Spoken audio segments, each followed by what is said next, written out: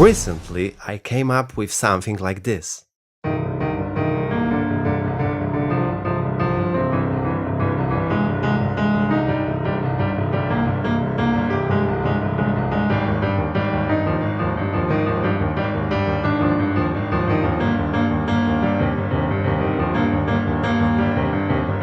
I decided it would make a good theme for a piano etude.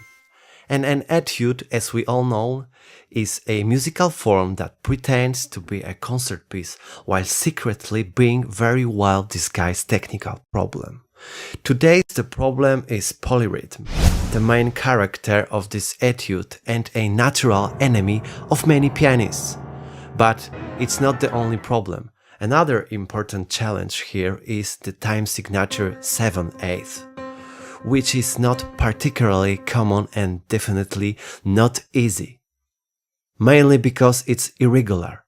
7/8 has a long history and appears much more frequently in other musical cultures, especially in Balkan, Middle Eastern, where irregular meters are a natural part of the musical language. So we are dealing with two challenges at the same time: polyrhythm and an irregular meter that refuses to behave nicely.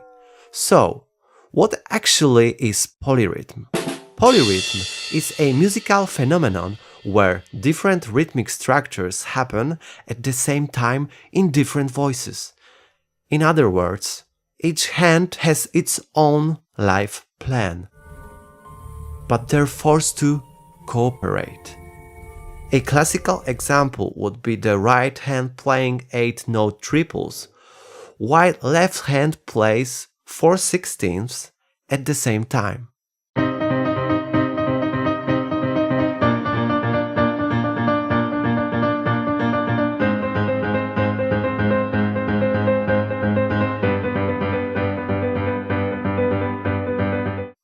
But don't worry, we're not doing extreme sports just yet. I'll save that for future etudes. If you play each hand separately, you'd get two voices that completely disagree with each other. That already tells you this is not going to be easy. While the left hand creates accents every 4/8 notes, a case of metric displacement where the perceived accents are shifted against the notated meter. Everything starts to shift, since I'm repeating a rhythmic figure built on 4 repeating notes. So the left hand keeps moving forward, while the right hand politely pretends that everything is under control. Now take a look at how today's fragment appears in the score. You can immediately see that the left hand looks suspicious. To make it more readable, I grouped the 8 notes in 4s, as if they were simply pasted into a meter where they clearly don't belong. This makes the shifting very visible, and the beams even connect notes across bar lines, which was quite an adventure to achieve in the notation software. The software fought back, but I won. The right hand carries the melody and places accents on the 7th note of the bar, exactly where nobody expects them. That 7th note is also extended and held through the entire next bar, creating a two-voice texture, meaning the right hand is doing two things at once, and somehow not complaining.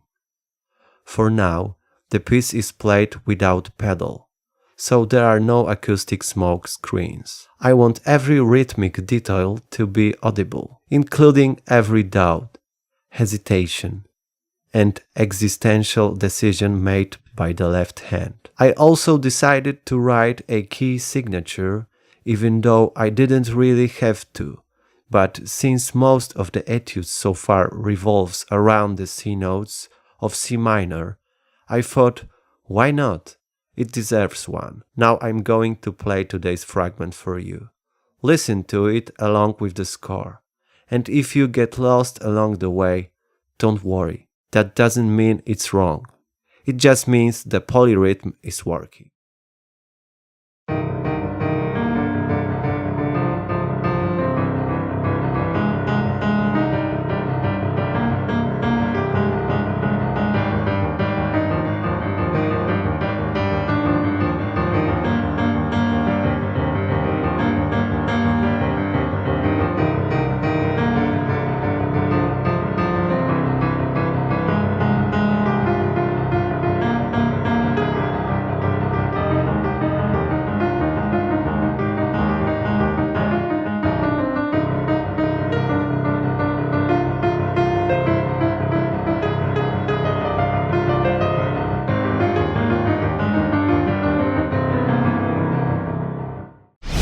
Hello everyone! Welcome to the second part of my process of composing an etude for piano. In the previous episode, I talked about some of the main challenges of this piece. What polyrhythm is? Polyrhythm is a musical phenomenon where different rhythmic structures happen at the same time in different voices. In other words, each hand has its own life plan. And the 7/8 meter that appears in the etude.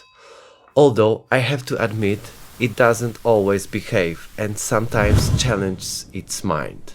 This is how the main idea of the piece sounds.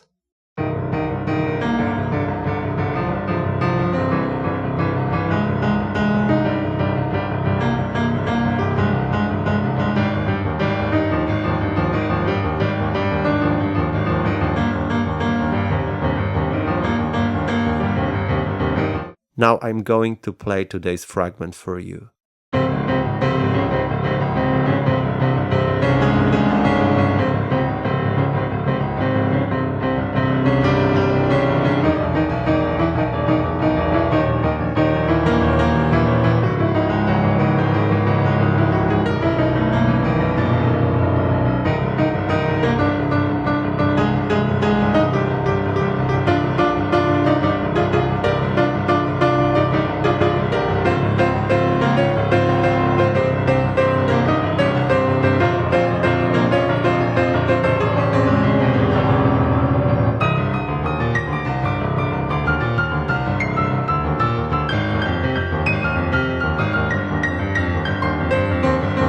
Now let's take a look at how this looks in the score. At the beginning, you can hear that I continue the main idea rhythmically, just to keep the piece under control.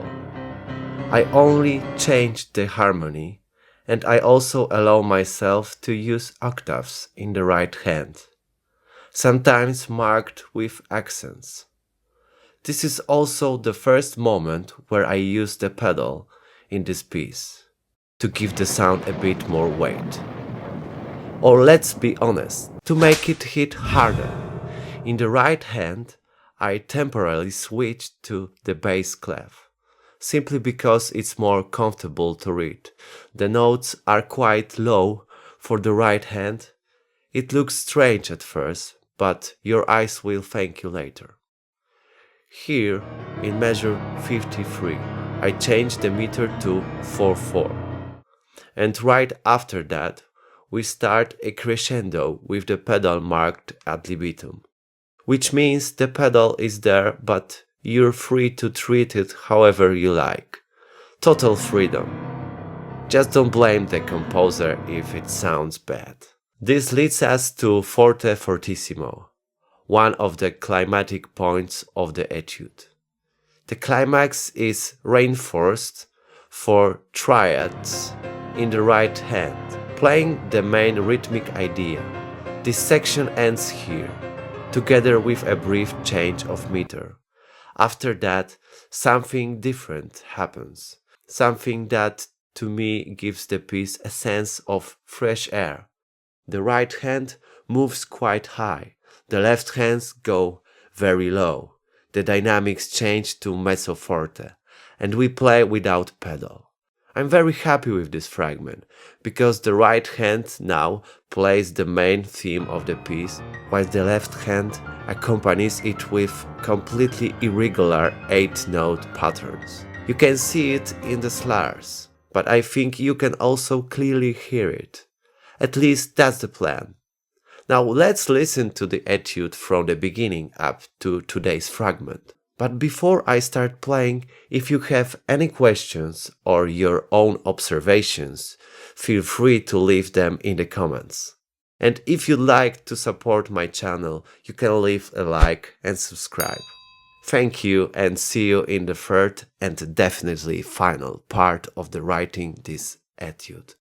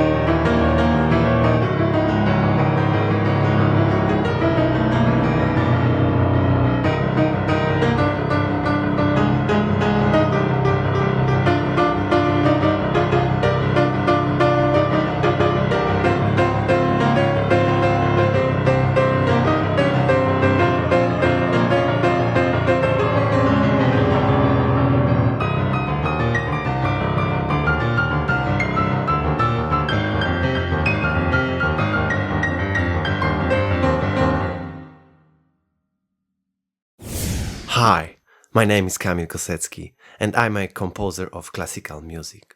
Welcome to the third and final part of my piano etude composition process. Honestly, I'm really excited that I managed to finish this piece and that I can finally share the last measures with you, the final ideas, the ending of the piece, and the most importantly, my creative process. If you enjoy what I'm doing, I would really appreciate your support in the form of a like and a subscription. It helps me reach a wider audience, because as you probably know, classical music today is. Now let's remind ourselves how the main idea of the piece sounds.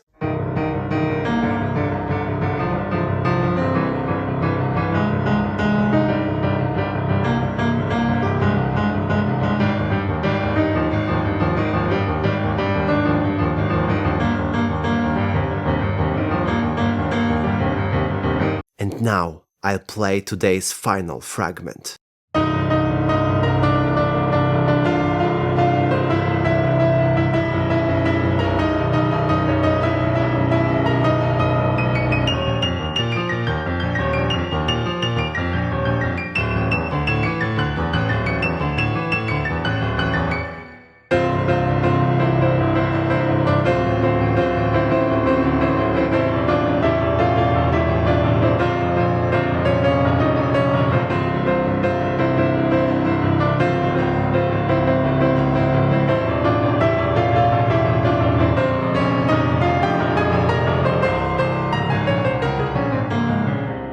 Now let's see how this looks in the score. At the very beginning of this section, I play the main motif of the piece in forte, in a slightly transformed version. Then there's a sudden change. For the first time we move into 3/4 meter. The dynamics drop to mezzo forte. There is no pedal. The right hand goes very high, and the left hand plays 8-note runs. They're a bit tricky, but I'm sure that after some practice, every one of you can play them, or at least blame the composer. This whole passage closes to frame of the main motif, and after one bar of rest in 2/4 meter, we move into the final section of the piece. In the final, we return to the 7/8. The rhythm in the right hand is similar to the main motif, but the pitches are completely different. The right hand plays triads just to make it stronger, and everything is marked fortissimo possibile. The very end of the piece is not a huge explosion or a big, loud final chord. I often wonder what kind of ending to write, so it doesn't sound cliché or predictable. Here I simply decided to use 8-note runs in both hands, without pedal, gradually softening the whole piece down to piano. And that's how my newest etude ends. Artistically, I'm really happy with it. I feel satisfied. How do you like this etude? Let me know in the comments. Don't forget to leave a like, and if you'd like to play it yourself, the sheet music is in the link below the video. And now I invite you to listen to the whole piece. See you in the next etude. In the next video, I show you a brand new idea. Bye!